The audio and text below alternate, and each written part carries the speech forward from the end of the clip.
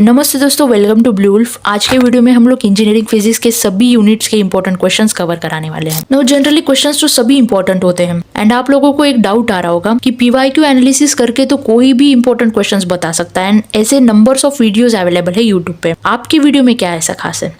इस वीडियो में मैंने पीवाईक्यू एनालिसिस तो करी है, साथ में मैंने सिलेबस का ब्रेकडाउन भी करा है और उसमें वेटेज वाइज आपको प्रायोरिटी किस क्वेश्चन को ज्यादा देनी है वो मैं बता रही हूँ। मैं ऐसा नहीं कर रही कि एक यूनिट में 5 क्वेश्चन आपको दे दी इंपॉर्टेंट कि ये करो आपका पेपर निकल जाएगा। ऐसा मैं बिल्कुल नहीं करने वाली हूँ। आपको 5 यूनिट्स का सिलेबस का ब्रेकडाउन करके मैं आपको क्वेश्चन एनालिसिस यहाँ पे बताने वाली हूँ। So now I am going to tell you a small strategy. इसमें मैं सबसे पहले आपको मार्किंग स्कीम समझा दे रही हूँ एंड देन मैं आपको एक छोटी सी स्ट्रेटेजी बताऊंगी जिसके जरिए आपका विनिंग रेट जो है वो बढ़ जाएगा। अब कैसे बढ़ेगा वो देखते चलो। सबसे पहले जो है क्वेश्चन नंबर 1 आएगा आपका, जिसमें सभी यूनिट से मिक्स होके एमसीक्यूज आएंगे। 12 एमसीक्यूज आपके होंगे। ईच एमसीक्यू आपका 1 मार्क्स के लिए होगा। टोटल आपके 12 मार्क्स यहाँ पे बन रहे हैं क्वेश्चन नंबर 1 से। क्वेश्चन नंबर 2 में आपके यूनिट नंबर 1 से 2 क्वेश्चन आएंगे। दोनों आपके 12 मार्क्स के होंगे, each for 6 marks. Question number 3 में आपको यूनिट 2 के 2 क्वेश्चन आएंगे जो कि दोनों आपको कंपलसरी सॉल्व करने हैं। ईच फॉर 6 मार्क्स है, यहाँ पे आपके 12 मार्क्स हो गए। क्वेश्चन नंबर 4 में आपके यूनिट 3 के 3 क्वेश्चंस आएंगे जिसमें आपको 2 सॉल्व करने हैं। ईच फॉर 6 मार्क्स, यहाँ पे अभी आपके 12 मार्क्स हो गए। क्वेश्चन नंबर 5 में आपके यूनिट 4 के 3 क्वेश्चंस आएंगे।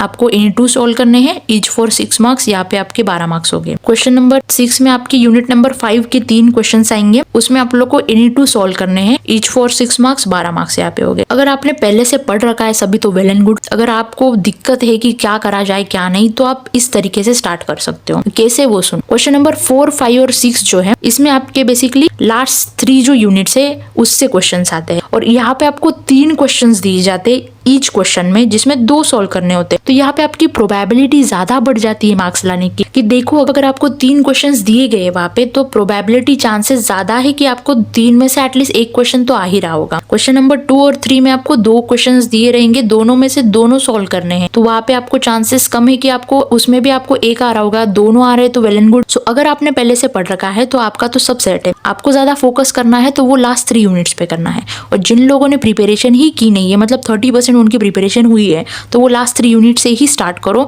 ताकि आपके चांसेस ज्यादा बढ़ जाए। Now unit number 1 is acoustic, ultrasonic and dialect. इस पे जाने से पहले मैं आपको बता दूं कि यहाँ पे मैंने जो टॉप टू बॉटम लिखा है वो मैंने सिलेबस के हिसाब से लिखा है। उसको ब्रेक डाउन करके लिखा है छोटे छोटे टॉपिक्स में। अगर आप रियल सिलेबस देख लोगे जाके तो आपको ये सब मिल जाएगा वहां पे। अब मेन चीज यहाँ पे ये है कि जो मैंने टॉप पे लिखा है क्या वो ज्यादा इंपॉर्टेंट है और जो नीचे लिखा है वो लेस इंपॉर्टेंट है, तो ऐसी बात नहीं है। यहाँ पे मैं कौन से भी क्वेश्चन पे ग्रेजुअली शिफ्ट करूंगी और उसके बाद में बताऊंगी कि वो कितना इंपॉर्टेंट है ज्यादा। ठीक है। नंबर 1 पे आपका सबसे ज्यादा इंपॉर्टेंट क्वेश्चन जो है वो आपका अल्ट्रासोनिक से आता है। Explain construction working for production of ultrasonic waves using piezoelectric या तो यूजिंग मैग्नेटोस्ट्रिक्शन मेथड आएगा। 100% चांस है कि या तो पीजोइलेक्ट्रिक मेथड से आएगा या तो मैग्नेटोस्ट्रिक्शन मेथड से आएगा या तो दोनों ही आ जाएंगे। पिछले साल जो पेपर हुआ था उसमें आपके दोनों आए थे, पीजोइलेक्ट्रिक भी आया था और मैग्नेटोस्ट्रिक्शन भी आया था। मतलब चांसेस तो इसके 100% है। तो ये क्वेश्चन तो आपको करके ही जाना है। तो देखो जो छोटे छोटे क्वेश्चंस मैंने यहाँ पे लिखे, जैसे state any 4 properties and application of ultrasonic waves, उसी के साथ साथ यहाँ पे आपका define reverberation, absorption coefficient and echo हो गया।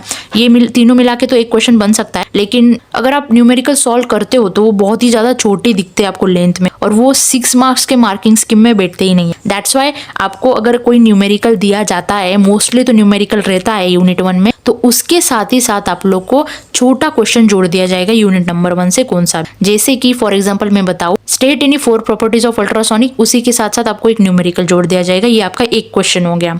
या फिर आपको स्टेट अल्ट्रासोनिक वेव्स, उसी के साथ साथ न्यूमेरिकल, या फिर रिवर्बरेशन डिफाइन कर दो, एब्जॉर्प्शन कोएफिशिएंट डिफाइन करो, ई को डिफाइन करो और उसके साथ आपको न्यूमेरिकल जोड़ दिया जाएगा। ऐसे एक क्वेश्चन आपका बनता है। नेक्स्ट अगर बात करें तो आपका यहाँ पे स्टेट सबइन फॉर्मूला है। ये क्वेश्चन आपका प्रॉपर 6 मार्क्स के लिए बनता है। अभी तक तो नहीं आया है पीवाईक्यू में, लेकिन चांसेस है कि आए, क्योंकि ये न्यू सिलेबस के अकॉर्डिंग ये टॉपिक ऐड हुआ है। उसके बाद है what are the factor which affects the architectural acoustic of building and give their remedies. ये भी पीवाईक्यूज में आ चुका है। एंड उसी के साथ साथ अगर न्यूमेरिकल आता है तो उसमें एक छोटा इससे क्वेश्चन जोड़ दिया जाता है। State any 4 factors of architectural acoustic, उसी के साथ साथ न्यूमेरिकल भी जोड़ दिया जाता है। तो आपको ये मतलब छोटे छोटे करके ही रखने हैं थ्योरी वाले। तो अगर हम डाइलेक्ट्रिक सेक्शन की बात करें तो इसमें what is polarisation and explain types of polarisation, ये क्वेश्चन तो मोस्टली पूछा जाता है। और explain diamagnetic, ferromagnetic, paramagnetic example के साथ विद डायग्राम आपको पूछा जाता है। सो इस यूनिट में बेसिकली मैंने सभी क्वेश्चंस बता दिए कि किस लेवल के क्वेश्चंस आ सकते हैं। यहाँ पे मैं आपको मार्क भी कर दे रही हूँ कि अगर आपको जाना ही है सीक्वेंस वाइज तो आप किस हिसाब से जा सकते हो। Next is unit number 2, engineering optics. Basically इस यूनिट को मैंने 3 सेगमेंट में डिवाइड किया है और आपके पेपर में पर्टिकुलरली 2 क्वेश्चंस आते हैं, दोनों ही आपको सॉल्व करने रहते हैं। अभी ओल्ड पैटर्न के हिसाब से अगर हम जाए तो उसमें 3 क्वेश्चंस आते थे, वो तीनों सेगमेंट में से एक एक क्वेश्चन उसमें रहता था। अभी 2 क्वेश्चन पूछे जाते हैं और दोनों कंपलसरी सॉल्व करने रहते हैं और उस दोनों क्वेश्चन में इन तीनों सेगमेंट में से कोई भी 2 क्वेश्चन आ सकते हैं। सबसे पहला है सेगमेंट नंबर 1, इंटरफेरेंस इन थीन लाइन एक्सेट्रा। इसमें हमारे 3 क्वेश्चन आते हैं। बेसिकली सबसे ज्यादा इंपॉर्टेंट है वो न्यूटन रिंग्स वाला है। उसके बाद अगर आप प्रायोरिटी देना चाहते हो तो आप थीन फिल्म को दे सकते हो, उसके बाद वेज शेप फिल्म को दे सकते हो। न्यूटन रिंग्स आपका 99% चांस है कि आता है। नेक्स्ट है सेगमेंट 2 जो कि आपका लेजर कैरेक्टरिस्टिक एक्सेट्रा। इसमें आपका सिर्फ एक ही टॉपिक पे क्वेश्चन बनता है, वो है आपका spontaneous emission, stimulated emission, popular inversion, metastable state की डेफिनेशन पूछी जाएगी, या तो आपको डिस्टिंग्विश बिटवीन करने को बोलेंगे स्पॉन्टेनियस एंड स्टिमुलेटेड इमिशन के बीच में। थर्ड सेगमेंट है आपका laser application etcetera and optical fibre. अब इसमें आपका हीनी लेजर का जो क्वेश्चन है जिसमें आपको working, construction and label diagram निकालनी है, वो क्वेश्चन आपका 100% आता है। एक्सेप्ट अगर ये आपका हो चुका है तो उसके बाद आप सेमीकंडक्टर डायोड लेजर को प्रेफर कर सकते हो, लेकिन He Ne laser is the most important question of this unit. उसके बाद आपका ऑप्टिकल फाइबर हो जाता है जिसमें डिफाइन करने बोलते हैं optical angle, numerical aperture, separate acceptor angles, also structure of optical fibre with diagram, application of optical fibre and principle optical fibre. अब इसमें क्या है, जो न्यूमेरिकल्स आप लोग को दिख रहे होंगे इस यूनिट से ऑप्टिकल फाइबर के ऊपर न्यूमेरिकल्स आते हैं। तो ये जो उसके क्वेश्चंस है कि डिफाइन करो, एक स्ट्रक्चर एक्सप्लेन करो, एप्लीकेशन बताओ, ये आपके न्यूमेरिकल साथ में जोड़ दिए जाएंगे और पूरा एक क्वेश्चन आपका वहाँ पे बन जाता है। यानी कि एक न्यूमेरिकल दे देंगे, उसके साथ में आपको बोलेंगे कि state application of optical fibre, तो ये पूरा आपका एक क्वेश्चन यूनिट नंबर 2 में बन जाता है। अब ऑब्वियस है कि ये डिपेंड करता है, अगर आपकी पढ़ाई हो चुकी है तो जो मैंने प्रायोरिटी वाइज बताया है उसके हिसाब से आप फोकस उस पर ज़्यादा दे सकते हो। जैसे कि इन तीनों में से आप न्यूटन रिंग पे ज़्यादा फोकस दे सकते हो, हीनी लेज़र पे ज़्यादा फोकस दे सकते हो।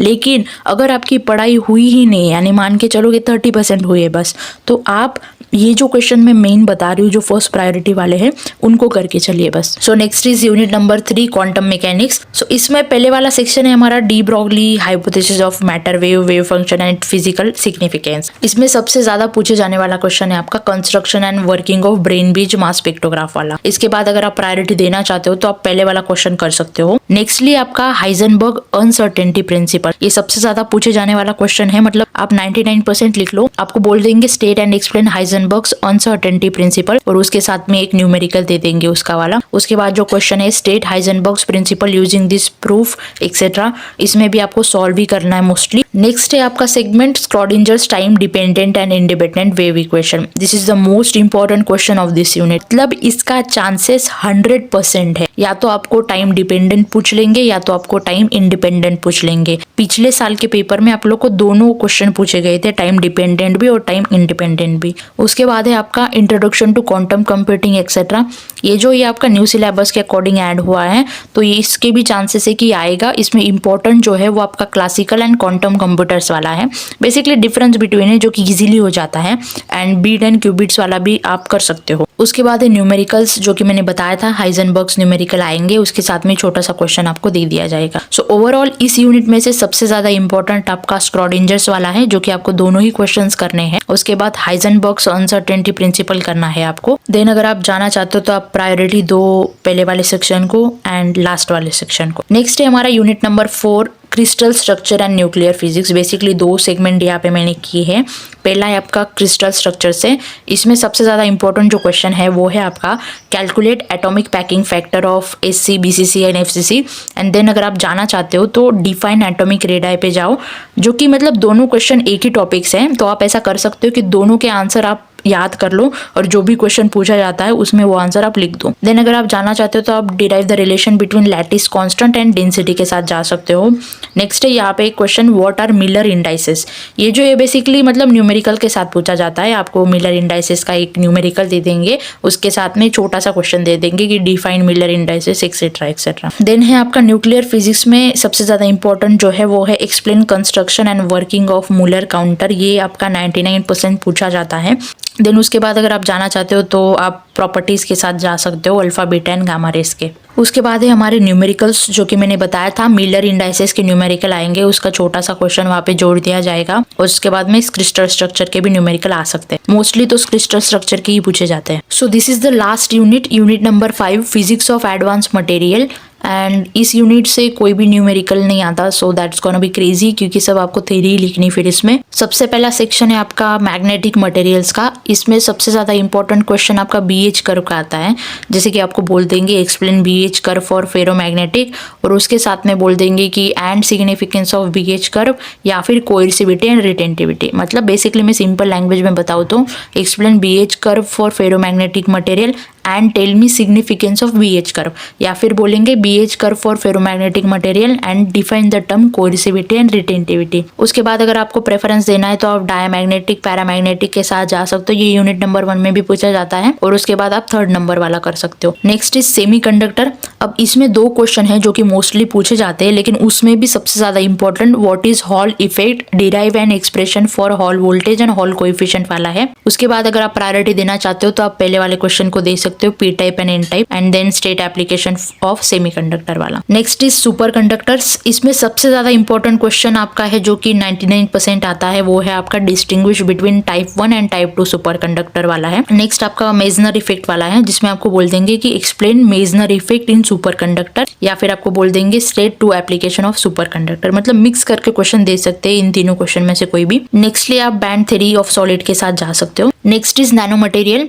जिसमें what is nano materials, explain top down and bottom up approach of synthesis of nano materials, ये पूछा जा सकता है। बेसिकली आप कर लो नैनो मटेरियल्स के डेफिनेशन, एप्लीकेशंस और टॉप टू बॉटम जो अप्रोच है वो। सो ओवरऑल मैं सीक्वेंस वाइज बता देती हूँ कि इंपॉर्टेंट कौन से हैं। सबसे पहला वाला आपका BH curve, Hall effect, type 1 type 2 superconductor, then Meissner effect आपका, उसके बाद में P type and N type semiconductor, and then अगर आप जाना चाहते हो तो टॉप टू बॉटम अप्रोच के साथ जा सकते हो।